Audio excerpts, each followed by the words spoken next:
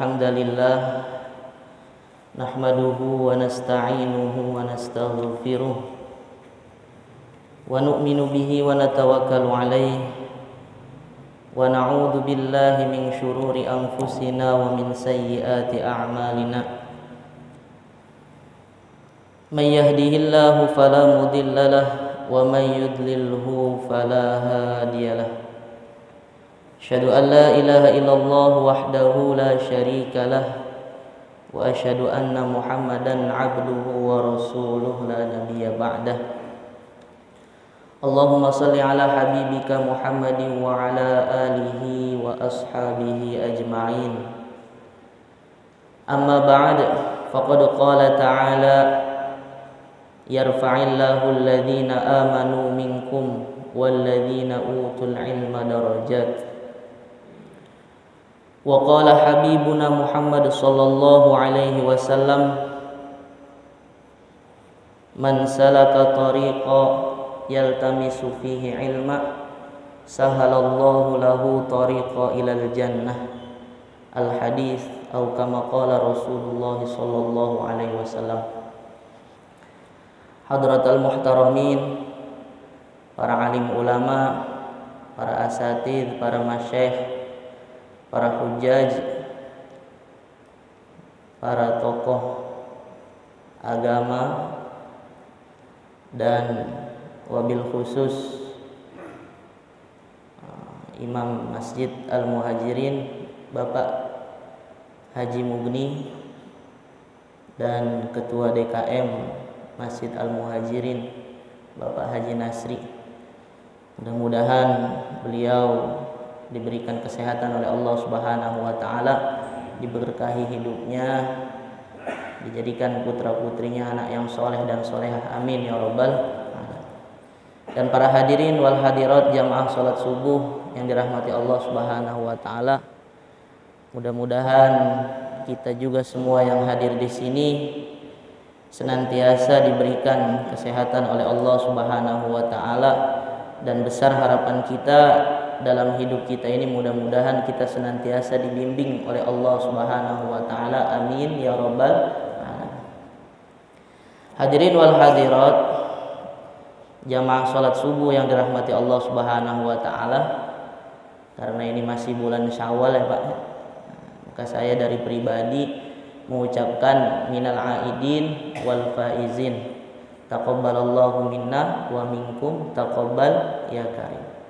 Kalau ada salah kata-kata saya selama di Masjid Al-Muhajirin ini ataupun tingkah laku saya, mohon kiranya diikhlaskan. Alim ulama menjelaskan, yaitu kita kembali kepada jalan kita yang sebenarnya. Sebagaimana fitrahnya ikan itu Pak, fitrahnya adanya di air. Maka ketika ikan ini keluar dari air, maka berarti ikan tersebut sudah tidak berada di dalam fitrahnya. Maka apa yang terjadi ketika ikan ini lompat misalnya dari kolam, dia lompat ke daratan, maka lama-kelamaan ikan tersebut akan mati. Begitu juga kita ini manusia, fitrahnya manusia ini berada di dalam agamanya Allah Subhanahu wa taala. Apa itu agamanya Allah Subhanahu wa taala? Yang menjalankan syariat Islam ini dengan mengikuti tata cara yang diajarkan oleh Rasulullah sallallahu alaihi wasallam. Ketika manusia kok dia ini keluar dari jalan agama, dia seorang muslim tapi nggak berada di dalam jalur agama ini, maka orang tersebut lama kelamaan dia akan sengsara. Hidup di dunianya sudah sengsara, hatinya nggak mendapatkan ketenangan, terlebih lagi nanti kembali ke akhirat akan diazab, akan disiksa oleh Allah Subhanahu wa taala. Maka mudah-mudahan selama bulan Ramadan 30 hari kita digembleng untuk beramal, bersedekah dan yang lain-lainnya. Mudah-mudahan itu semua terbawa sampai kita saat ini, sehingga di bulan-bulan yang lainnya kita tetap masih berada dalam fitrah manusia, yaitu berada di jalur agamanya Allah Subhanahu wa taala. Hadirin wal hadirat jamaah salat subuh yang dirahmati Allah Subhanahu wa taala. Pada kesempatan yang berbahagia ini kita akan mengkaji salah satu kitab, yang mana kitab ini mungkin sudah masyhur ya, sudah dikenal di kalangan masyarakat, yaitu kitab yang akan kita kaji, kitab Nashaihul Ibad, kitab tentang nasihat untuk para hambanya Allah Subhanahu wa ta'ala. Jadi kitab ini bermuatan ataupun berisikan tentang beberapa nasihat untuk hamba-hambanya Allah Subhanahu wa ta'ala. Yang maksudnya daripada kitab ini dikarang salah satunya agar kehidupan kita ini di dunia tidak salah jalan, sehingga kita hidup di dunia ini sesuai dengan apa yang diperintahkan Allah, disunnahkan oleh Rasul, sehingga nanti ketika kita ini keluar dari dunia kembali ke alam akhirat kita akan mendapatkan kebahagiaan yang hakiki. Maka dalam kitab ini ada 2 kitab. Setiap kitab itu biasanya terdiri dari matan. Ada yang namanya matan, ada yang namanya syarah. Kalau matan ini kitab pokok. Matan itu namanya kitab pokok. Biasa kalau dalam kitab dia dikasih tanda kurung. Nah, dikasih tanda kurung itu namanya matan, kitab inti. Nah, kitab inti Nashaihul Ibad ini adalah kitab, di sini dijelaskan Nashaihul Ibad itu adalah kitab syarah. Syarah itu adalah penjelasan dari kitab yang namanya Al-Fadh, beberapa lafaz untuk persiapan kita menghadapi kehidupan setelah mati. Jadi kitab ini aslinya itu kitab matannya milik Ibnu Hajar Al-Asqalani. Jadi dalam kitab Nashaihul Ibad itu ada namanya matan, kitab pokok. Kitab pokoknya itu milik siapa? Ulamanya namanya Ibnu Hajar Al-Asqalani. Ibnu Hajar Al-Asqalani ini adalah ulama yang sangat masyhur. Ya, Imam Ibnu Hajar Al-Asqalani adalah ulama yang sangat masyhur. Beliau ini adalah hafidul hadis. Jadi ada namanya hafid. Kalau hafid kan kita biasa di Indonesia itu dikenalnya hafid itu yang hafal Quran 30 juz, itu namanya hafid. Padahal sebenarnya namanya hafid itu adalah seseorang yang dia ini apal. Kalau dalam kitab mustalah hadis itu ada beberapa gelar tingkatan ulama dalam ilmu hadis. Yang pertama namanya hakim. Kalau hakim itu ulama yang dia hafal 300.000 hadis ke atas. Itu beserta sanadnya. Nanti sanadnya siapa? Namanya fulan bin fulan. Bagaimana keadaannya, jarah wa ta'dilnya dia hafal. Dia ini tukang bohong, hafalannya hafalannya kuat atau tidak. Nanti itu kan mempengaruhi derajat daripada hadis. Jadi dalam ilmu hadis gelar yang pertama yaitu hakim. Hakim itu yang hafal 300.000 hadis ke atas.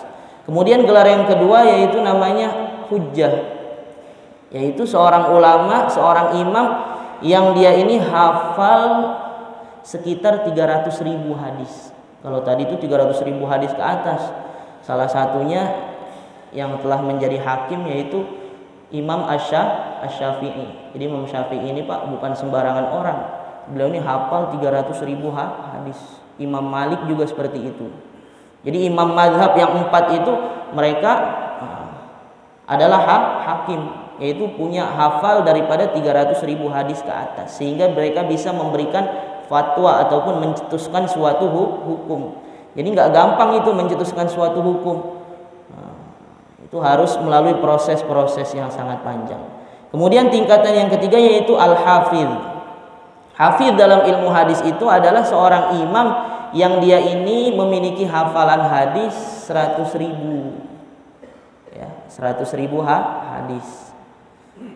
Di sini Ibnu Hajar Al-Asqalani beliau ini dikategorikan sebagai hafidh, yaitu seorang ulama yang memiliki hafalan hadis kisaran 100.000 hadis.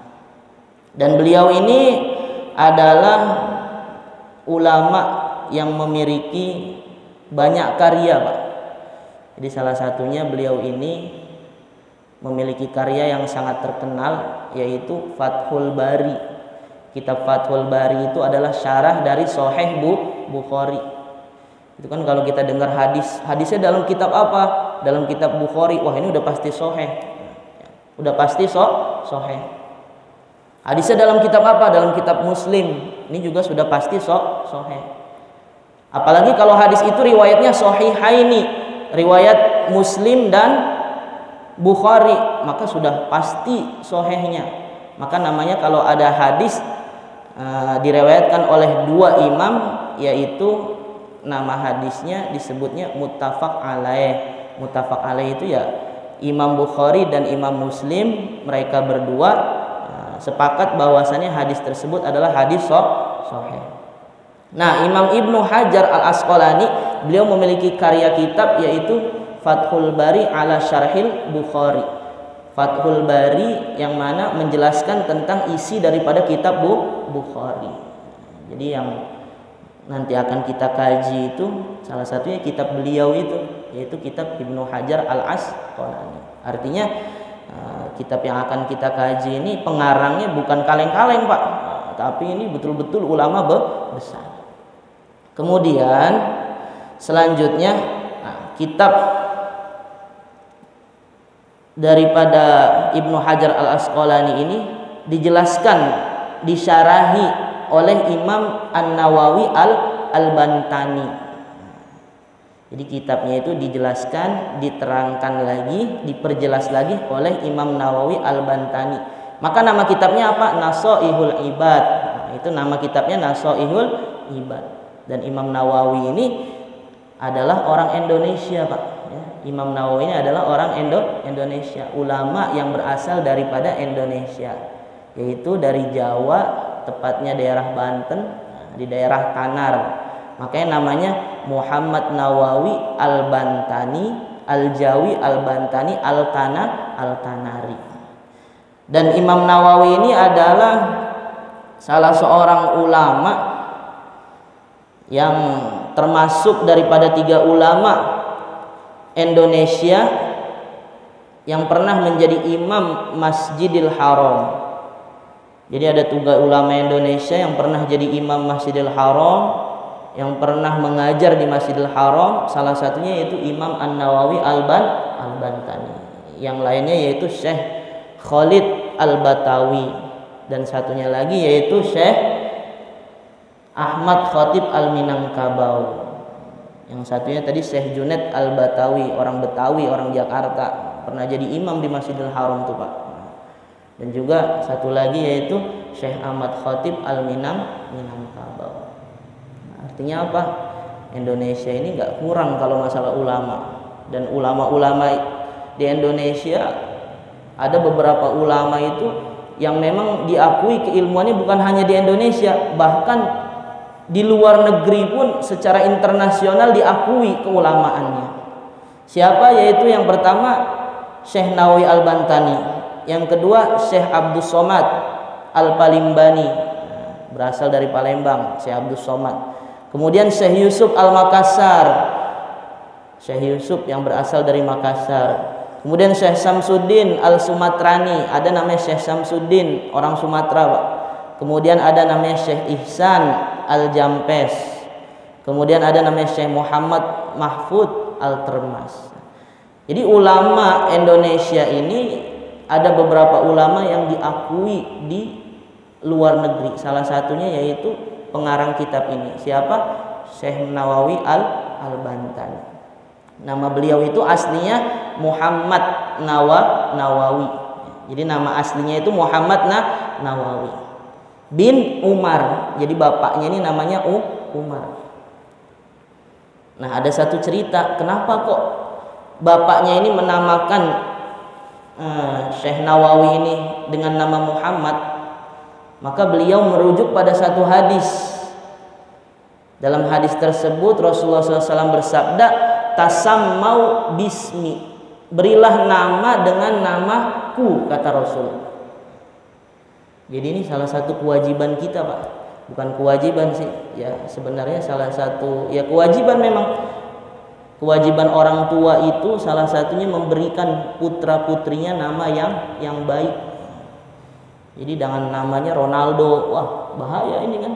Ada orang tuh kadang gila bola namanya Ronaldo, namanya Ronaldinho, padahal dia orang Islam. Kenapa ya? Kita lihat artinya apa Ronaldo gitu. Termasuk nggak nama-nama orang soleh? Apakah di situ terdapat Asmaul Husna apa enggak kan gitu?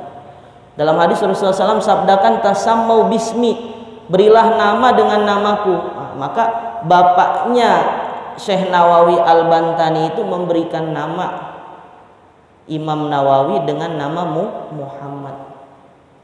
Jadi maksudnya nama saya itu bukan hanya Muhammad saja, bisa Ahmad, bisa Hamid, bisa Mahmud. Makanya kalau bapak ada banyak, bukan sedikit, beberapa orang kiai, bahkan banyak daripada kalangan kiai itu menamakan namanya yang pertama putranya namanya Muhammad, yang kedua namanya Hamid, yang ketiga namanya Ahmad, yang keempat namanya Mahmud. Itu puter aja.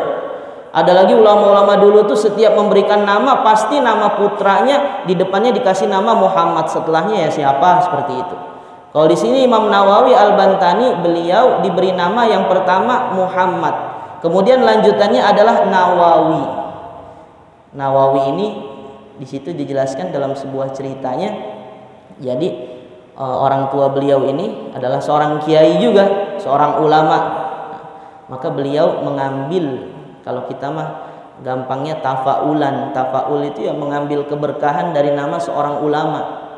Jadi ada ulama dulu namanya Imam An-Nawawi, yaitu Imam Abu Zakaria Yahya bin Syaraf bin Birri bin Hasan bin Husaini, yang beliau itu lahir di mana? Di kota Damaskus. Nah, beliau ini adalah seorang ulama yang diberikan julukan karena beliau ini lahir di kota Nawa, kemudian wafat juga di kota Nawa. Maka beliau ini dikenal dengan Imam An-Nawawi. Nah, beliau ini adalah seorang ulama besar. Jadi yang diambil nama oleh bapaknya Imam Nawawi itu namanya Nawawi juga. Nah, Nawawi yang itu tuh ulama besar, Pak. Dia ini salah satu pengarang daripada kitab Riyadus Shalihin. Ada kitab, biasa dengar kitab Riyadus Shalihin, yang dalamnya itu kitabnya Masya Allah hadis-hadis sahih semua. Kemudian ada kitab namanya Arba'in An-Nawawi, 40 hadis, kumpulan 40 hadis milik daripada Imam An-Nawawi, itu pengarangnya beliau juga. Ada namanya kitab Minhaj ala Syarahil Muslim, itu juga pengarangnya ya beliau juga. Ada kitab Sahih Muslim, beliau mengarang syarahnya, namanya kitab Minhaj. Nah, dari situlah Imam Nawawi, orang tuanya ini mengambil nama Imam Nawawi, sehingga beliau dinamakan yaitu Muhammad Nawawi, dan biasanya masyhurnya dikenal Imam Nawawi Al-Bantani, Imam Nawawi yang berasal daripada Banten. Bapak hadirin wal hadirat jamaah salat subuh yang dirahmati Allah Subhanahu wa taala, maka kitab ini menjelaskan tentang akhlak, Pak, sebenarnya ya. Jadi kitab ini memuatkan hadis-hadis yang mengedepankan daripada akhlak Rasulullah Shallallahu Alaihi Wasallam. Bagaimana kita ini setiap hari ngaji bukan hanya bertambah ilmu kita saja, Pak, tapi bagaimana setiap minggu kita ngaji, setiap hari kita baca Quran, setiap hari kita baca hadis, itu semua bisa membersihkan daripada hati kita. Jadi percuma kalau kita punya ilmu tinggi tapi akhlaknya nggak baik, ya nanti repot. Dengan ilmu justru kita akan jatuh daripada kemaksiatan kepada Allah Subhanahu wa taala. Semakin tinggi ilmunya nanti semakin sombong, semakin tinggi ilmunya semakin pintar, nanti dia menjual ayat, menjual fatwa dan sebagainya. Itu kenapa? Karena dia menuntut ilmu, ilmunya bertambah, tapi hatinya tidak semakin bersih, akhlaknya tidak semakin bertambah, sehingga ya jadinya ujung-ujungnya ilmunya itu bukan memberikan kemanfaatan kepada dirinya, maka justru akan mencelakakan dirinya baik di dunia maupun di akhirat. Maka yang pertama di dalam pertemuan kali ini kita akan membahas tentang babus sunai. Jadi bab yang nanti nasihatnya ini berisi daripada dua poin. Wa fihi thalathuna mau'izatan. Di dalam bab tersebut ada 30 nasihat. Arba'atu akhbarin. Ya. Ada 4 hadis.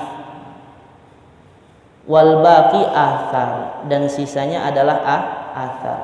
Jadi Imam Nawawi ini adalah ulama yang dia membedakan antara akhbar itu maksudnya hadis, ma'udhifa li Rasulullah SAW, apa yang disandarkan kepada Rasulullah SAW itu namanya hadis.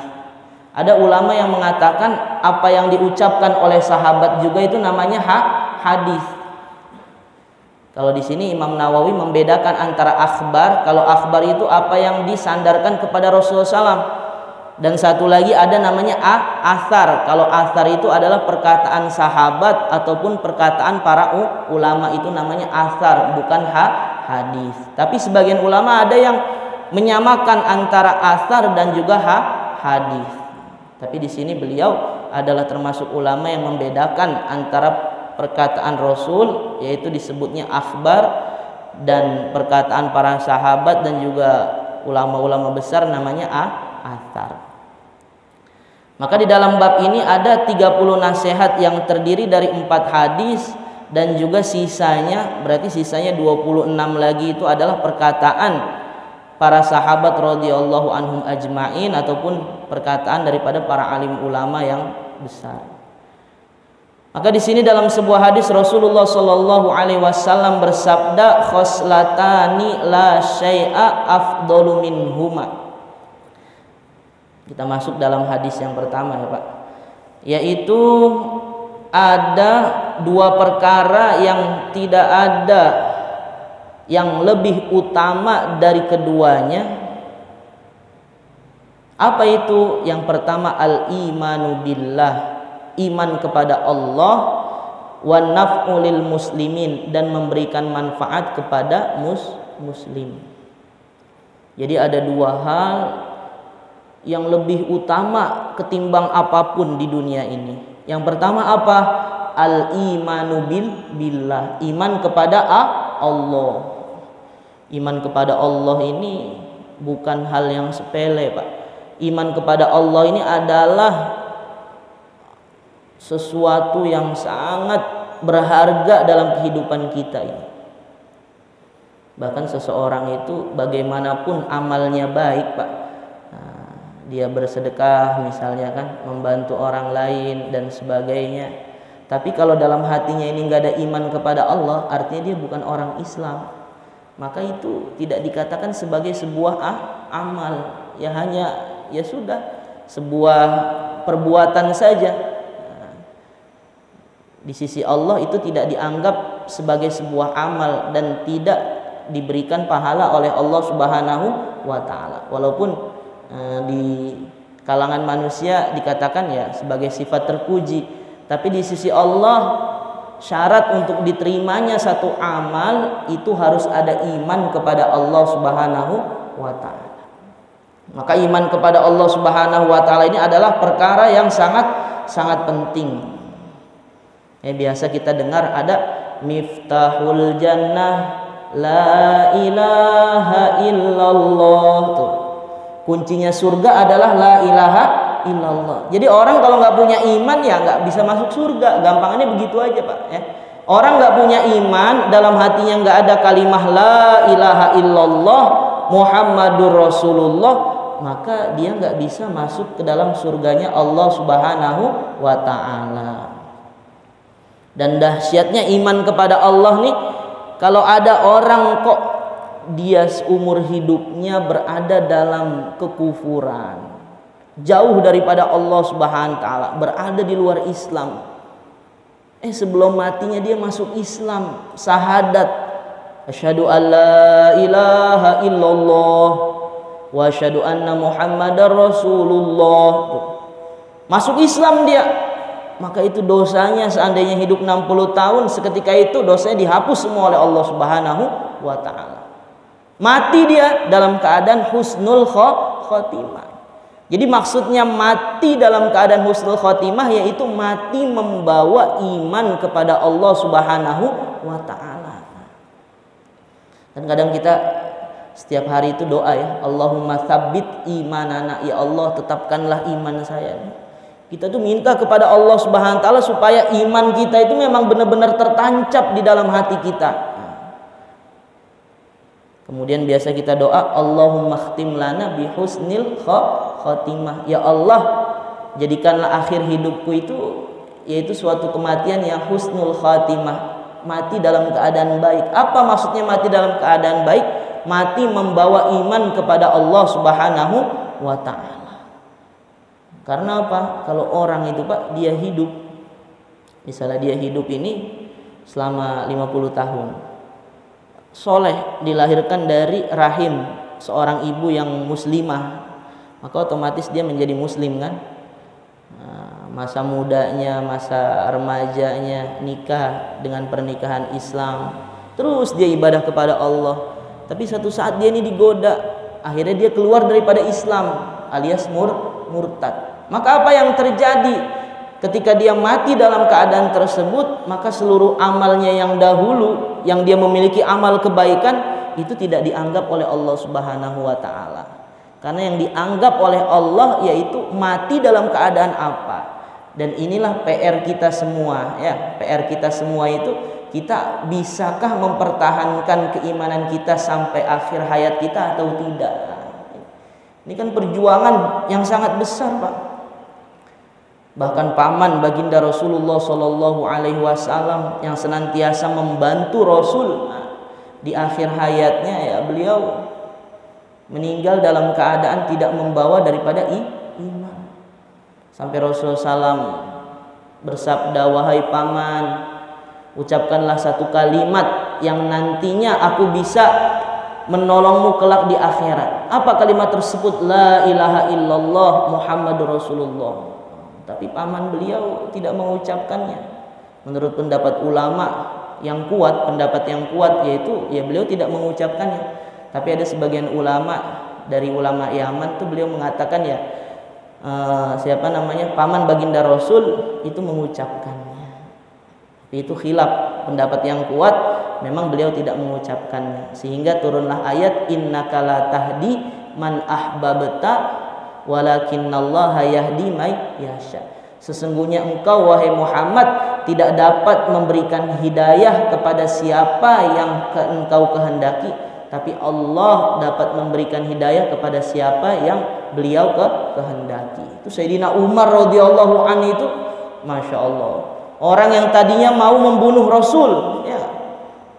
Itu orang yang paling membenci Rasulullah SAW. Tapi kudratullah, kehendak Allah, apa yang terjadi? Beliau menjadi sahabat Rasulullah Sallallahu Alaihi Wasallam. Bahkan beliau menjadi seorang khalifatul muslimin. Bahkan dalam sebuah ungkapan dikatakan seandainya ada nabi setelah Rasul, maka sahabat Umar inilah yang dijadikan sebagai nabi. Sampai seperti itunya. Itulah kita nggak tahu ini. Hidayah itu adanya di tangan Allah Subhanahu wa taala. Kita hanya berusaha saja. Maka dengan kita istiqomah, mudah-mudahan iman ini tertancap dalam hati kita sehingga kita mati dalam keadaan membawa iman. Amin ya rabbal alamin. Kemudian yang kedua, perkara yang sangat utama, yang paling utama, yang tidak ada lagi perkara lebih utama selain perkara tersebut, yaitu wan naf'u lil muslimin, memberikan manfaat kepada saudara muslim. Di sini dijelaskan bil maqal. Maqal itu dengan ucapan, bisa dengan biljah, dengan jabatan yang kita miliki, ataupun dengan harta yang kita miliki, ataupun dengan badan. Jadi kita memberikan manfaat. Di sini bunyinya memberikan manfaat kepada kaum muslimin, bukan mencari manfaat, Pak. Kadang kita ini lebih senang dilayani daripada melayani, kan gitu. Kita lebih senang dikasih daripada mengasihi. Kita lebih senang ditolong daripada menolong. Nah, ini penyakit kita itu. Nah, penyakit kita itu kita lebih senang seperti itu. Padahal tingkatan hamba tertinggi yaitu al-khadim. Khadim itu apa? Pelayan. Makanya di Mekah sana, Saudi Arabia itu namanya bukan presiden, tapi khadimul haramain, pelayan dua tanah suci, kan gitu ya. Kalau kita lihat di Mekah itu kan namanya khadimul haramain. Jadi pelayan, tingkatan hamba itu paling tertinggi ya pelayan. Dengan apa kita melayani orang? Yang pertama bil maqol. Nggak punya apa-apa, ya udah jaga ini mulut, ucapan jangan sampai menyakiti saudara muslim. Sehingga kan kalau kita nggak menyakiti saudara muslim, maka saudara kita ini akan mendapatkan manfaat dari kita, Pak. Ya, mendapatkan manfaat dari kita. Tapi kalau kita perkataannya ini kasar, sukanya jelekin orang terus, sukanya menghina ini, perkataannya bikin orang tukang mengadu domba, jadi orang itu ribut. Nah, perkataan kita penyebar hoax misalnya, kan gitu. Maka apa yang terjadi? Maka orang muslim ini tidak akan mendapatkan kemanfaatan dari kita. Berarti kita tidak mendapatkan dua perkara, salah satu perkara yang paling utama, yaitu apa? Memberikan manfaat kepada muslimin. Begitu juga dengan misalnya kita memiliki jabatan. Kan kita sering dengar itu kalau ceramah ya. Kalau dalam ceramah itu ya selama kita masih punya jabatan, misalnya masih ada pena yang bisa kita bantu daripada kaum muslimin, artinya kita tanda tangan kita itu berharga untuk kemaslahatan kaum muslimin, ya maka kita gunakan. Ataupun harta misalnya, harta kita juga ini harus kita gunakan untuk memberikan kemanfaatan kepada kaum muslimin. Sekarang saudara-saudara kita di Palestina, mereka membutuhkan bantuan. Nah, itu Palestina agak jauh, Pak. Kadang kita ini sama yang jauh begitu perhatian, tapi sama yang dekat kita kurang perhatian. Itu yang jadi masalah tuh kadang gitu. Itu galang dana untuk Palestina, wah ratusan juta, puluhan juta, cepet ya. Tapi tetangga sendiri kadang kita nggak mikir itu. Nah, kadang kita ini responnya tinggi sekali dengan yang di luar. Bukan berarti nggak bagus, oh bagus sekali itu. Mereka sangat membutuhkan kita. Tapi kita ingat yang diajarkan Rasul itu bukan hanya musiman kita ini dermawan, tapi kita setiap hari. Bahkan ada satu hadis, kalau seseorang itu di malam hari dia dalam keadaan kenyang, sedangkan saudaranya, tetangganya dalam keadaan lapar, maka dia bukan disebut sebagai seorang muslim. Nah, itu kan Masya Allah, teguran yang sangat keras kepada dari Rasulullah SAW kepada kita. Bahkan kadang kita ini sama orang lain baik, tapi sama anak sendiri pelit gitu, sama kerabat sendiri pelit. Itu kan biasa kayak gitu tuh, adik kakak nggak akur. Tapi kalau sama orang lain tuh kita royal banget, Pak. Belum dia ngomong, wah udah ada tanda-tandanya langsung kasih. Tapi sama anak sendiri kita nggak baik ya, sama kerabat sendiri, bahkan nauzubillah kepada orang tua kita sendiri kita kurang baik. Nah, ini juga penyakit nih, penyakit di kalangan yang terjadi di masyarakat. Nah, ini realita kita ya seperti itu, Pak. Nah, maka mudah-mudahan nih kita bisa perbaiki ya. Jadi kita memberikan manfaat kepada kaum muslimin. Siapa orang muslim ya? Istri kita itu juga itu termasuk daripada orang Islam. Kadang laki-laki ini senangnya dilayanin sama perempuan ya. Senangnya dilayanin. Pagi-pagi itu kita, Pak, senangnya ya datang ke rumah. Nah, sekarang ini pulang ngaji misalnya kan. Nah, di situ pengennya udah sedia kopi ya, ataupun teh manis, udah ada pisang goreng, udah ada nasi uduk dan sebagainya. Siapa yang bikin itu? Istri kita ya. Maka salah nggak kok kalau sekali-kali kita yang bikin? Nah, salah nggak laki-laki sekali-kali bikinin minuman buat istrinya? Ini kan kita sekarang udah ngaji nih, Pak, maka kita harus rubah. Wah, berarti kan nggak ada itu dalilnya yang mengatakan istri harus bikinin kopi suaminya, yang nggak begitu. Bahkan Rasulullah SAW itu Masya Allah, beliau yang memasak buat keluarganya, bahkan beliau yang mencuci pakaian. Itu Rasulullah SAW mengajarkan kita. Kita juga seperti itu. Sekarang kita udah ngaji, wah saya mau memberikan manfaatlah kepada istri saya. Dia ini capek Pak.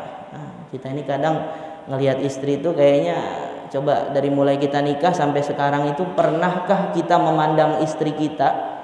Terakhir kita memandang istri kita itu dengan pandangan dari dalam lubuk hati itu kapan? Pernah nggak coba?